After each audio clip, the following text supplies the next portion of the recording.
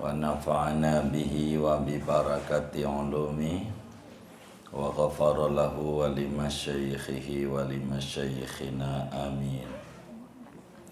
Babu syurutis sholati, adapun ini yaitu bab menjelaskan tentang syarat-syarat sah sholat. Asyurutu li sihhatis sholati arba'atun, adapun syarat-syarat bagi keasahan sholat yaitu ada 4 persyaratan. Al-awwalu at-taharatu anil hadatsaini, adapun yang pertama yaitu suci dari 2 hadas, wa anin najasati, dan suci daripada najis, allati la yu'fa anha, yang tidak dimaafkan daripada najis itu. Fil badani, tidak najisnya pada badan, wal malbusi, dan pakaian, wal makani, dan tempat sholat.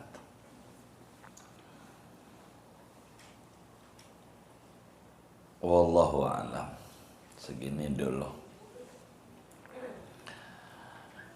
Ibu-ibu sekalian, kajian kita pada pertemuan ini akan membahas tentang syarat-syarat sah sholat.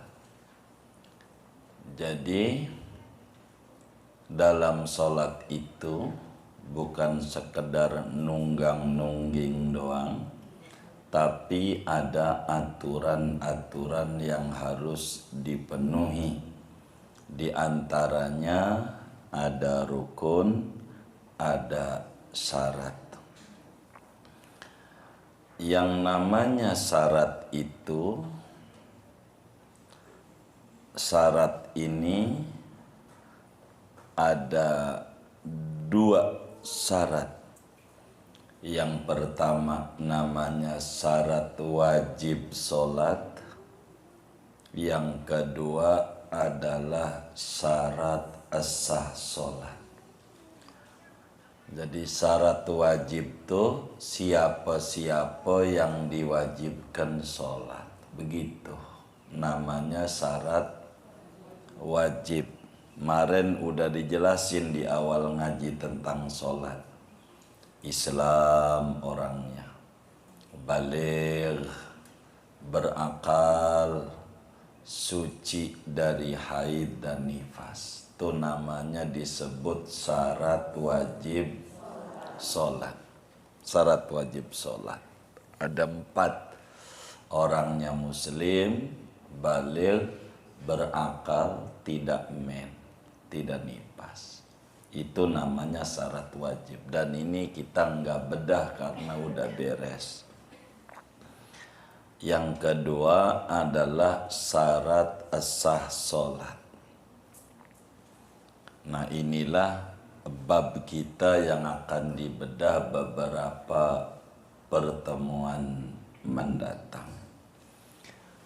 Apa itu yang disebut syarat sholat? Syarat sholat itu adalah ma yutawaqqafu alaihi sihhatus sholati wa laysa minha. Yang namanya syarat sah sholat itu adalah perkara yang dibutuhkan untuk keasahan sholat, yang dibutuhkan untuk keasahan sholat, namun bukan bagian dari sholat. Bukan bagian dari sholat. Singkatnya, sebelumnya kudu ada, ampe sholat kudu ada. itu namanya disebut syarat sholat. Kita ambil contoh wudu gitu. Wudu. Apa tuh wudu? Wudu itu perkara yang dibutuhkan untuk sholat sah. Wudu itu perkara yang dibutuhkan untuk sholat menjadi sah. Tapi wudu bukan bagian dari sholat. Orang sholat enggak boleh sambil wudu. Boleh enggak? Enggak boleh, batal. Jadi itu namanya syarat. Ibarat sekolah tuh, nih kita mau masuk SMP, ijazah SD tuh namanya syarat. Namanya mau masuk SMP. Apa tuh ijazah SD? Perkara yang dibutuhkan untuk masuk SMP, tapi bukan bagian SMP. Apa bukan bagian? Orang udah lulus SD, ya nggak mesti masuk SMP kalau dia kagak mau, begitu. Tapi kalau masuk SMP kudu ada itu, namanya disebut syarat. Jadi syarat sholat itu perkara yang dibutuhkan untuk keabsahan sholat, tapi bukan bagian dari sholat. Beda sama rukun. Ada namanya disebut rukun sholat. Kalau rukun, perkara yang dibutuhkan untuk keabsahan sholat, tapi merupakan bagian dari sholat. Tuh bedanya syarat sama rukun. Begitu. Sholat butuh sama dia, tapi unsur sholat. Contoh rukun tuh sujud. Contoh rukun sujud. Sujud itu perkara yang membuat sholat jadi sah, dan sujud adanya di dalam sholat. Kalau sholat tuh dari mulai takbir sampai salam. Kalau wudu adanya sebelum takbir apa sudah takbir ya? Sebelum. Itu namanya disebut syarat. Begitu. Nah, di sini dijelasin ada berapa syarat sah sholat. Kalau ada orang nanya, kita di pasar Bayoran lagi belanja sayur, barangkali kita kudu jawab. Asyurutu li sihatis sholati arba'atun. Syarat-syarat untuk keabsahan sholat itu jumlahnya ada 4.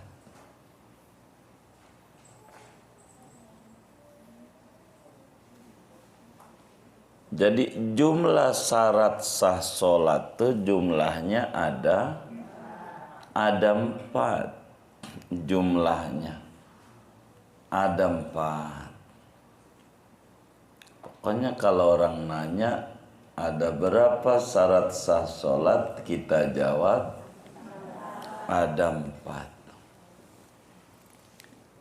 Yang pertama adalah suci.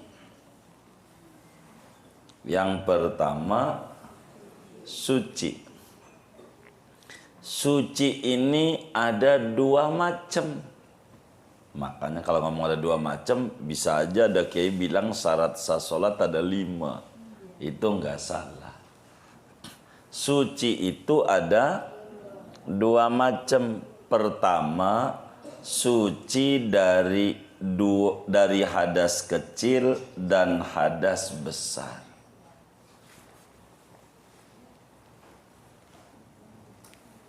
Suci dari hadas kecil dan hadas besar.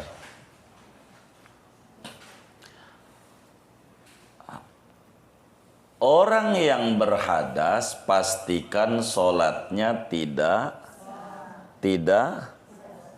sah. Orang yang berhadas tuh. Jadi ada orang berhadas, hadas sudah kita bedah tuh dulu ngaji, batal-batal wudhu macamnya. Begitu kayak buang angin gitu. Begitu kalau kita buang angin habis wudhu, maka wudhunya batal. Batal enggak? Batal karena keluar sesuatu daripada salah satu dua jalan. Tapi ingat buang angin nih, kata kiai, buang angin itu kalau sekali wudhu batal, kalau 2 kali enggak batal.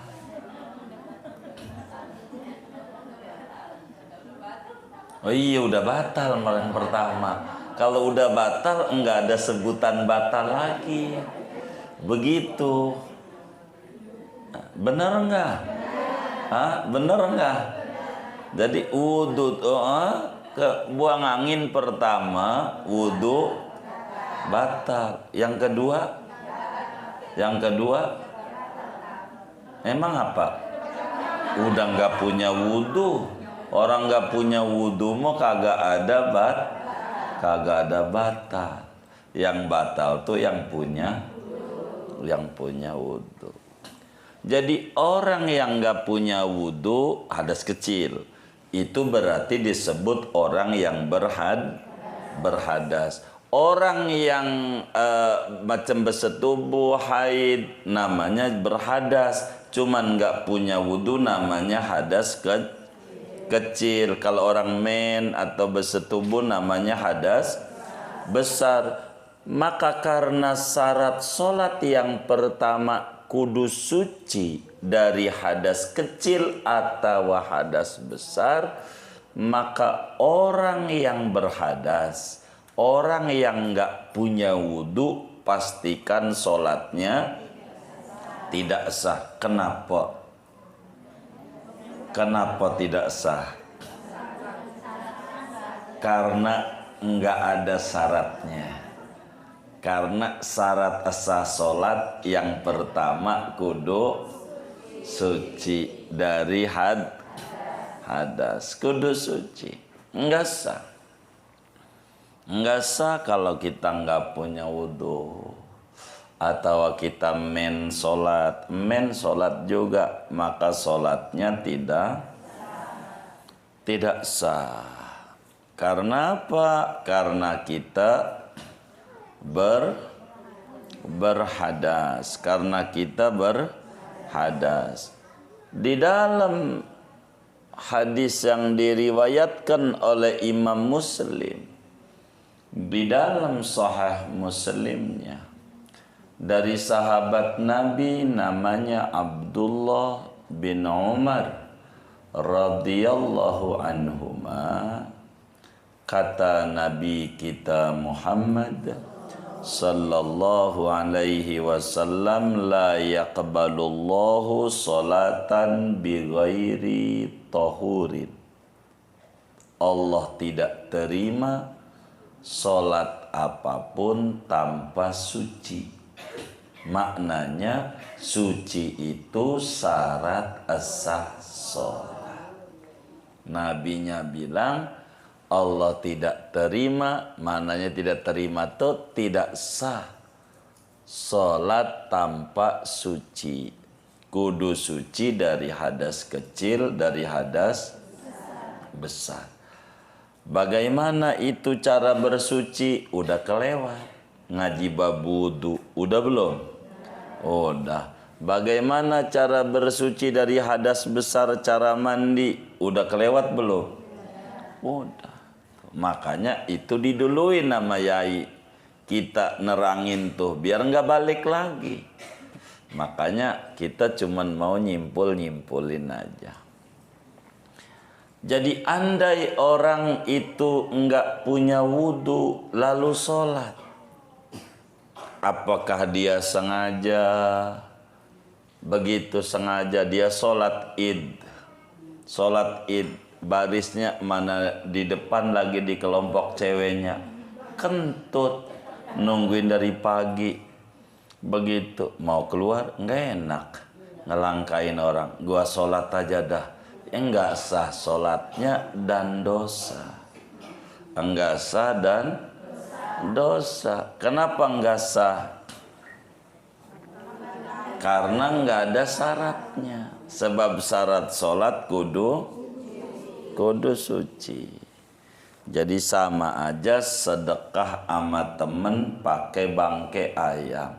Kira-kira diterima enggak? Enggak, wong enggak suci. Begitu. Maka batal tuh kalau kita lagi sholat buang angin batal. Sholatnya batal. Kalau buang angin sholatnya batal. Wudunya batal enggak?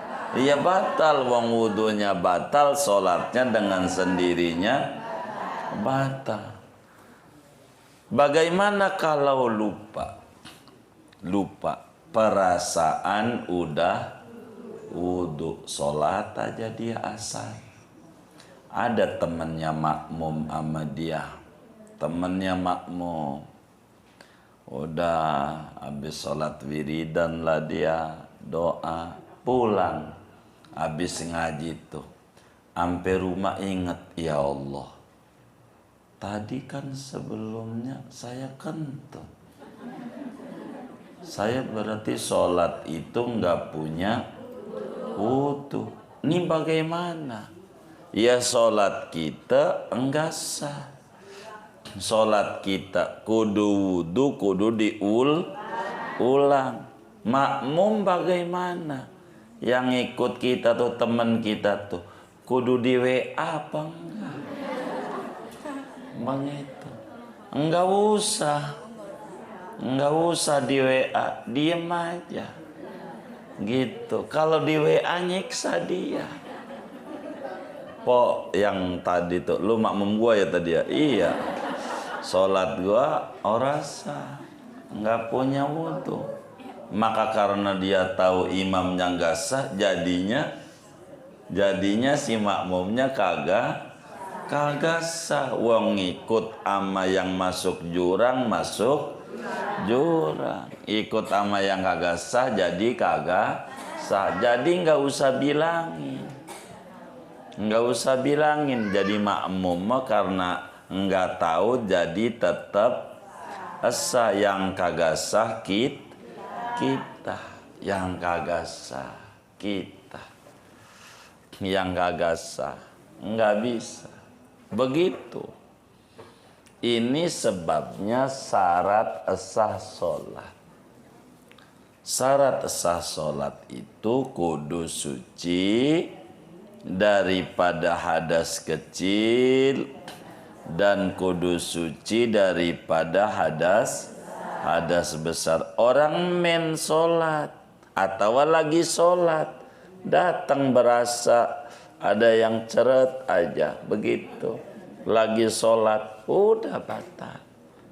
Enggak lah, udah kadongan rakaat 4. Enggak ada kadongan. Wong berhadas udah berhenti dengan men karena kitanya berhadas. Tuh kayak begitu. Pokoknya kalau orang tuh berhadas, pastikan sholatnya tidak sah. Apa hadas kecil, apa hadas besar. Mau sholatnya sengaja, mau sholatnya lupa. Cuman kalau sengaja berhadas sholat dosa.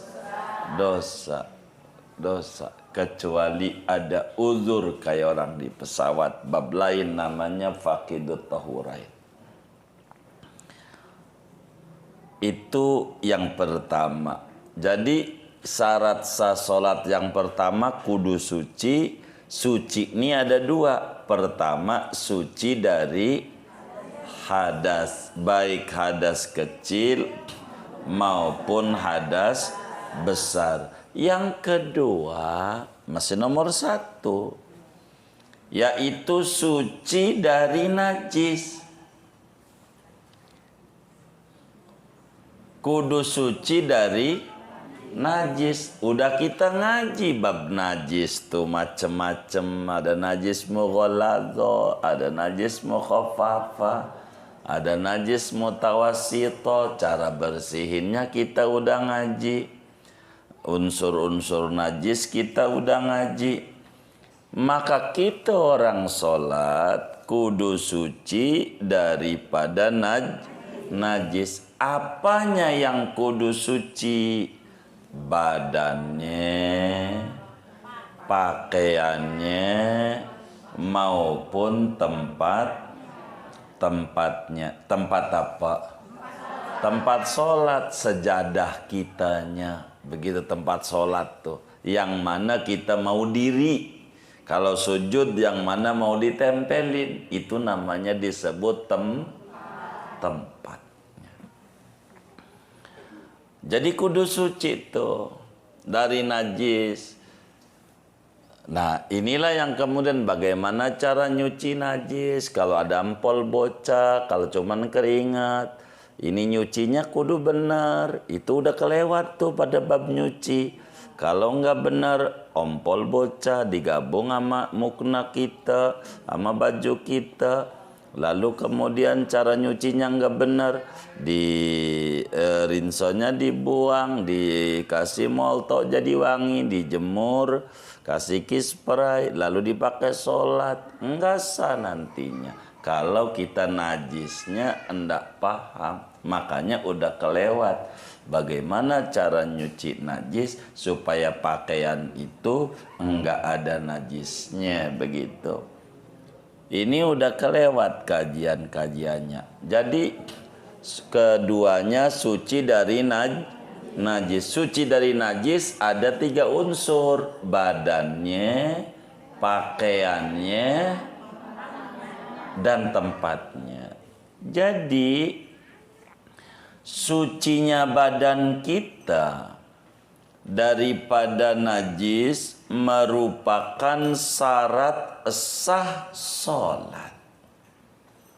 Jadi syarat sah sholat, badan kita jangan sampai ada najisnya. Najis yang tidak dimaafkan. Najis yang tidak dimaafkan. Begitu ada nyamuk lagi sholat, tepak aja sama kita, nah, mati ada darahnya. Ya, badan kita ada najisnya, enggak sah. Kudu wudu enggak? Oh iya, enggak kudu wudu. Kudu diapain? Cuci. Ini bukan hadas urusannya. Cuci dulu, bersihin, sholat lagi. Begitu. Kalau bisul kita meletus, bisul mana di pantat lagi. Tahu bisul enggak? Itu kalau orang bisulan tandanya mau kaya. Tandanya mau kaya. Kata orang tua kita dulu begitu. Mau kaya apa? Kaya bisul. Kalau bisul mah beranak, bukan kaya duit. Dari mana bisulan kaya duit rumusnya? Ya, kalau matanya belum kecabut, numbuh lagi. Maka ketika mereka, aduh, jangan nangis, mau kaya. Jadi kalau nangis jadi miskin. Begitu. Ditahan-tahan, takut kagak jadi kaya. Ini karena nggak ngerti. Begitu. Kaya dari mana orang bisulan? Gitu maksudnya kaya bisul. Cuman bahasanya santun. Orang dulu bahasanya bagus. Lagi sujud meletus bisulnya, enggak apa-apa, sholatnya sah, dimaafin. Tapi kalau ditekan-tekan biar meletus, enggak dimaafin. Ada unsur sengaja. Begitu. Jadi kita harus pahami nih najis nih. Najis. Dari mana Nabi kita Muhammad sallallahu alaihi wasallam, seperti apa yang diriwayatkan oleh Imam Daraqutni di dalam kitabnya Sunan Ad-Daraqutni, dari Sayyidina Anas bin Malik radhiyallahu taala an, kata beliau, sami'tu Rasulullah sallallahu alaihi wasallam yaqul, saya dengar Nabi Muhammad sallallahu alaihi wasallam bersabda, tanazzahu minal baul fa inna ammata adzabil qabri minhu. Kata Nabi, ayo bebersih dari kencing, mananya dari sebab mayoritas orang dikubur diazab bukan gara-gara nggak sholat, bukan. Sholatnya mau rajin, tahajud jangan ditanya, duha jangan ditanya, rajinnya luar biasa. Tapi najis ora paham. Banyak dikubur disiksa bukan gara-gara enggak sholat. Sholat mau sholat tapi enggak paham syarat-syarat sah sholat. Di antaranya suci daripada najis. Maka najis nih kudu bersih. Kencing, darah, itu namanya disebut najis. Begitu. Kalau ada najisnya nggak boleh, kata Nabi kepada Sayyidatina Fatimah bintu Abi Hubes, bilang begini, idza aqbalatil haidatu fada'i as-sholata. Bila men datang, lu tinggalin sholat. Ora usah sholat. Sebab emen itu darah itu najis. Syarat sholat kudu suci dari najis. Apanya? Badannya. Badanmu ada najisnya, udah tinggalin aja. Tinggalin. Nggak usah sholat. Nggak usah sholat. Begitu. Jadi kitab fikih itu semuanya dari Nabi Muhammad. Semuanya cuman bahasanya udah pakai bahasa ulama. Jadi hukum Islam itu semuanya sumbernya dari Quran, dari hadis. Begitu. Najis kudu suci daripada najis satu pada badan. Dua, wal malbusi kudu suci daripada najis pada pakaian yang ada najisnya. Kita pakai sholat, pastikan sholat kita tidak sah. Contoh, ibu punya anak kecil, gendong bocah, kencing tuh bocah kita. Kencing, karena pagi jam 7 kencingnya didiemin aja kering. Lalu kemudian ketemu zuhur, kita wudhu aja, sholat, udah selesai salam, ingat baju kita ada najis, maka pastikan sholat kita tidak sah. Kenapa? Sebab ada najisnya pada apa? Pada pakaian. Kata Allah dalam surat Muddatsir, wasiyabaka fatahhir. Pakaianmu bersihin. Kalau mau sholat, kudu pakaian yang bersih. Kalau pakaian yang nggak bersih, sholatnya tidak sah. Jangan sampai ada najisnya tuh.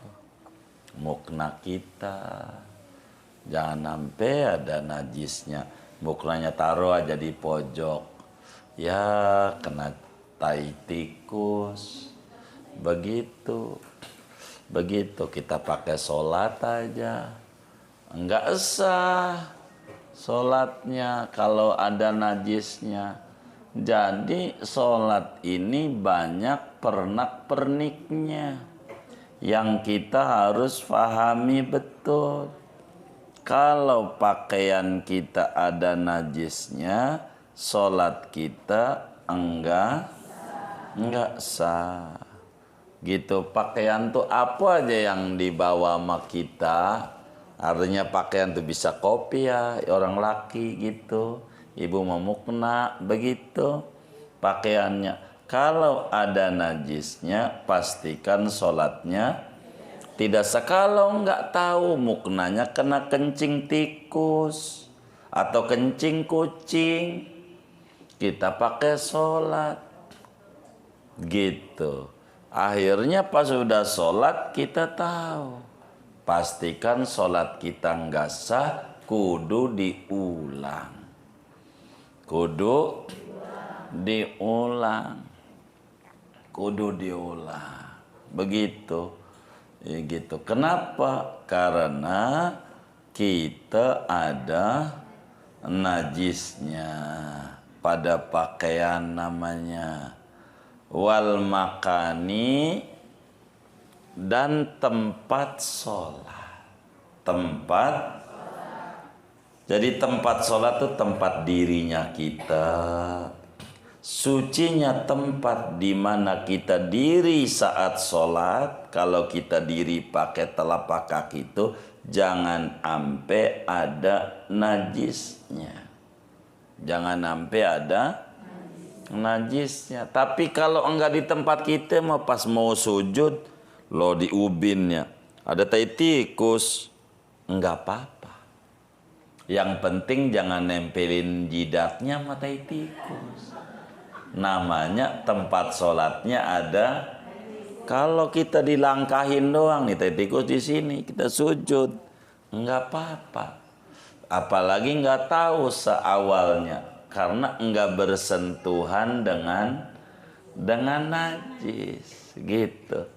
Gitu tempat sholat, begitu. Nih ubinnya nih, ada tai ayam, begitu kering. Tutup sama sejadah ibu, umpamanya sholat di sejadah, namanya kita bukan di tempat sholat, di bawah tempat, enggak apa-apa kalau itu. Begitu, karena kita tempat sholatnya enggak ada najisnya. Begitu. Jadi kudu suci tempat di mana kita sholat, dari mulai tempat injekan kaki kita sampai tempat sujud kita. Jangan sampai saat melaksanakan sholat ada najisnya. Karena apa? Karena tempat sholat percis kayak pakaian, bersentuhan dengan badan kita, yang ini menyebabkan sholat menjadi tidak sah. Begitu, tidak sah. Dulu ada orang kencing di Masjid Nabawi, artinya dalam masjid. Maka Nabi bilang, sobbu alaihi danuban min ma'in, tolong siram, kan masih tanah, siram.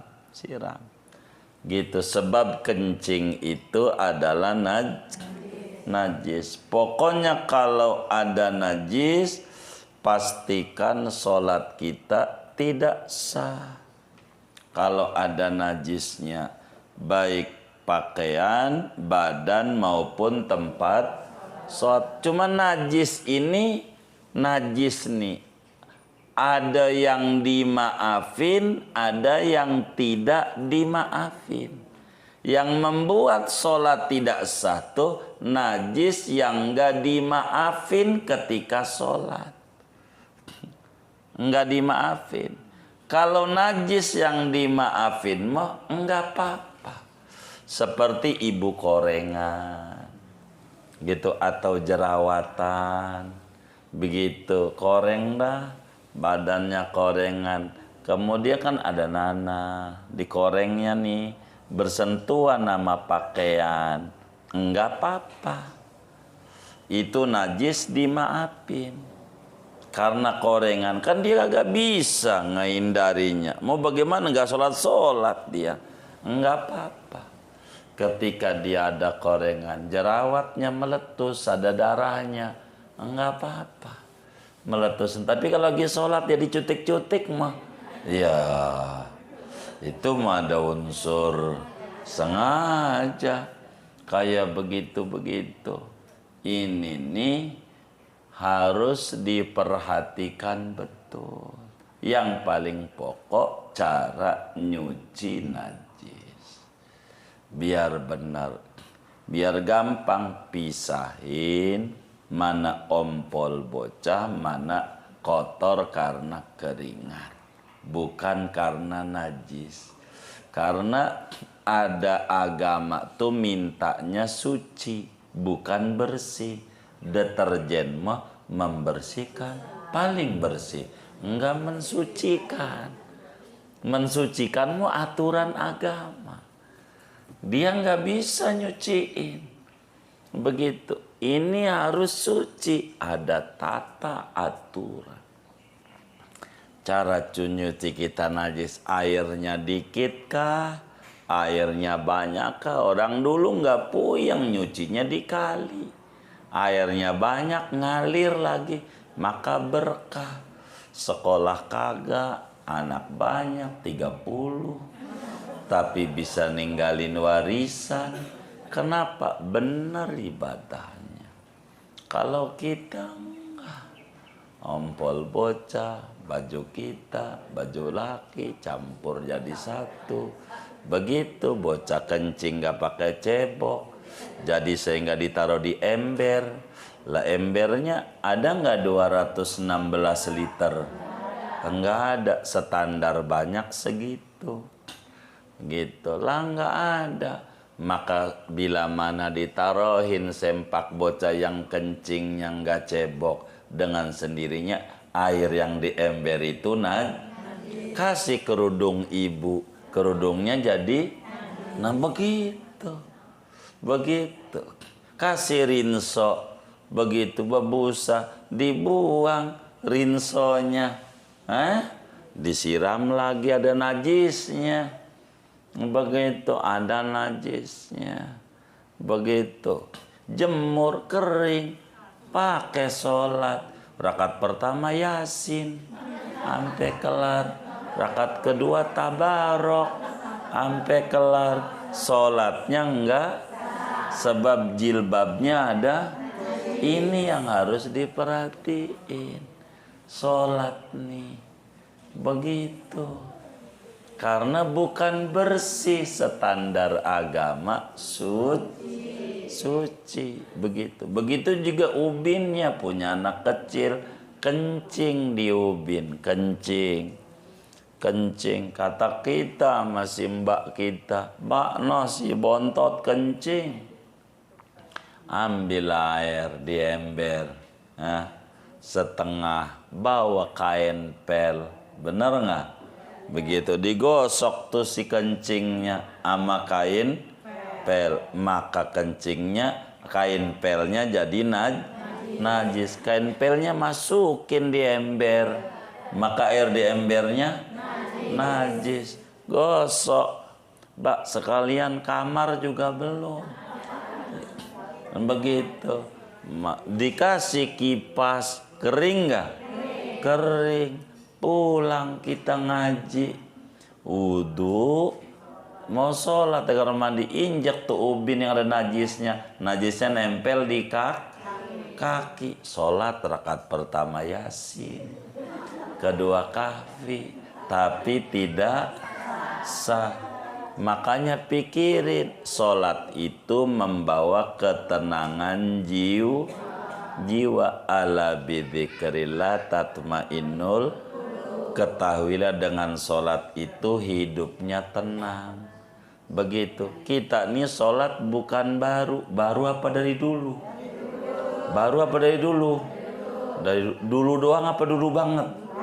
Banget. Kudunya udah tenang banget. Masih suka pusing gak? Nah, kita jangan-jangan. Ini urusan syarat sholat nih. Harus diperhatiin. Ini biar kita benar. Cara nih biar benar. Begitu. Biar benar. Biar benar. Begitu. Maka pakaian tuh jangan banyak-banyak. Cuma pakaian ditaruh aja banyak. Entar aja. Tinggal nunggu tinggal latu. Baru dia nyuci. Begitu. Emang ada yang kayak begitu? Saya curiga main nyengir-nyengir nih. Nyanyi yang benar. Begitu. Biar kita ibadah ini nih yang paling susah. Sebetulnya urusan ibadah. Mana bajunya di laundry lagi. Mana yang laundrynya kagak ngaji lagi. Begitu. Baju si wangi.